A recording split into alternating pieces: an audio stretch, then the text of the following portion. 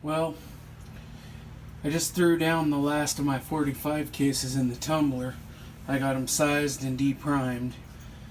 It's pretty hot, too hot to sit outside and work on that anymore today. So what I'm going to do is pull out one of my older manuals and search for some data. I find that the older manuals have the best cast bullet data available.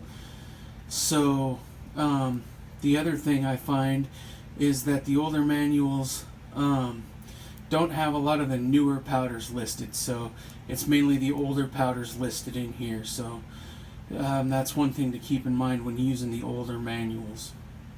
One thing that makes these older manuals very unique and cool to me is the fact that whoever had this manual, now this was 1970, whoever had this manual, he made his own notes in here, which is pretty damn cool. Looks like unique was his preferred load, 230 grain bullet, and it gives a little spot down here, so he drew his notes, which was really cool. A lot of times too you find cue cards, recipe cards, things of that nature in between the pages of these old manuals, so you can see what the guy who owned this was into.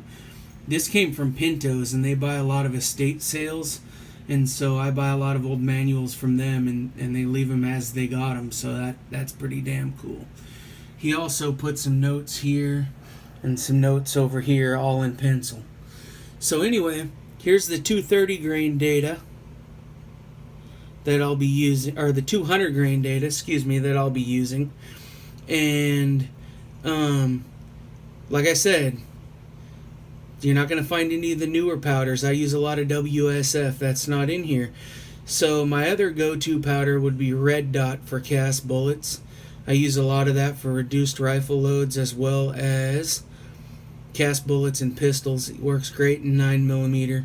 So I'll try it here in 45 too with those 200 grain bullets I cast yesterday. So, but anyway, the powders were a thing to keep in mind when using an older manual.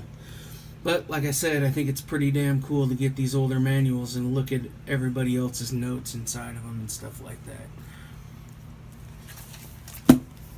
The only thing is they're paperback, so a lot of times they're not made as well as the newer ones, so you got to take a little better care of them. A lot of the newer ones are hardback, so they tend to last a little bit longer, I think. But anyway, I love the older ones.